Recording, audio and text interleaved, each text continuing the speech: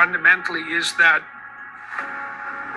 these remarkable people that have aggregated themselves around Trump understand very thoroughly that we're in a time of unprecedented rate of change. And I think that's pretty obvious to everyone. And that there are immense opportunities awaiting us and immense perils.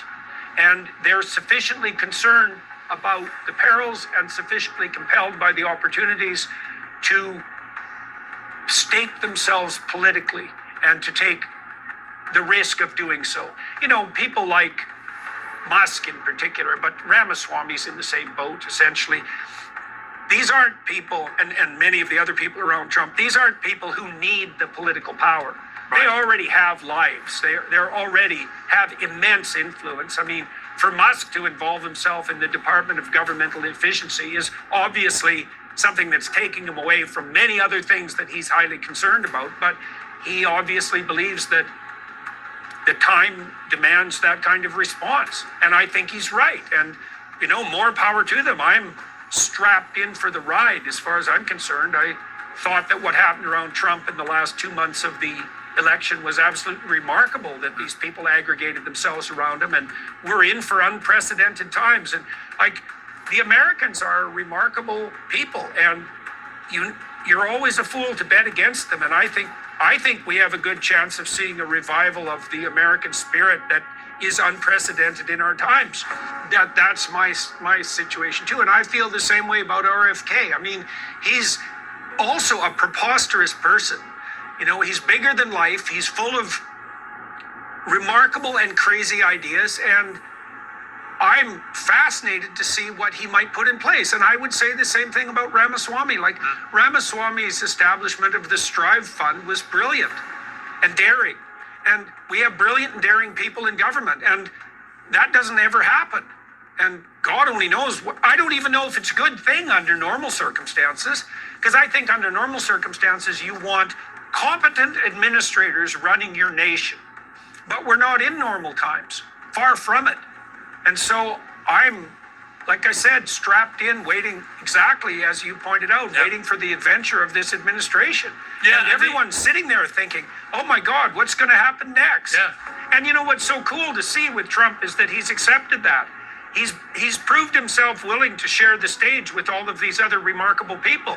And even in some ways, I wouldn't say to fade into the background, because Trump isn't exactly your fade into the background sort of guy. But you know, the fact that he's invited so willingly these other participants, all of whom are high status people around him, also, to me, put to rest any concerns I had about any pathological narcissism on his part. I mean, obviously, Trump is a very effective self-promoter, and there's something in that that's a real skill.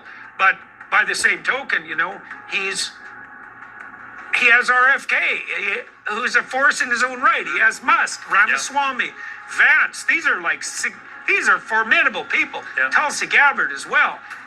That's not the sort of person you surround yourself with if you're a toxic narcissist. That's those are the people you surround yourself with if you're out on a quest. Yeah.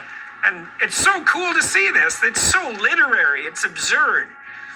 And I also, you pointed out with regards to this book, that one of the definitions of God in the biblical library, in the story of Abraham in particular, is that God is in fact the voice of adventure. I mean, whenever people are discussing religious matters, one of the first questions that arises obviously is, well, what exactly is it that you're speaking of? What's your conceptualization of God? What constitutes the divine? And you could say the divine is the pinnacle of ambition or the foundation of reality. Those are both good ways of looking at it. And one of the answers in the biblical text is that God is the call to adventure. And that's definitely the case in the story of Abraham. And the idea there, which is an unbelievably deep idea and also one that works biologically, is that the full expression of the spirit that takes you beyond your zone of comfort and out into the terrible world is the same spirit that makes your life a blessing to you, that makes your name renowned among other people and for good reason, that helps you establish something of lasting value, and that does that in a way that brings benefit to everyone. And that's actually the deal that God offers Abraham in response to his willingness to embark on a life of adventure. And I think all of that's true. One of the rules I had with this book, Pierce, was that I tried not to offer any explanations of the biblical text that weren't also fully justifiable from a scientific perspective, and usually from multiple different orientation places on the scientific side. And so, why wouldn't the spirit of adventure take us out into the world in the most glorious possible manner? Like, what the hell else would it possibly be for? Peterson suggests